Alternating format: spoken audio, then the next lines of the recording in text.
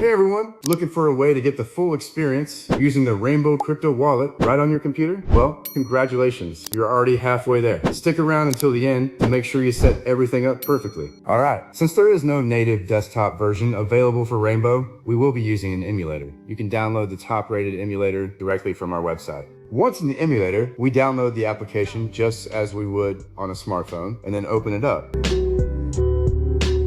To set up a new account, click Get a New Wallet and then generate a secure PIN code to ensure maximum protection. Alright, the wallet is successfully set up. We are now on the main menu where you can accept or send crypto and even purchase it directly with fiat.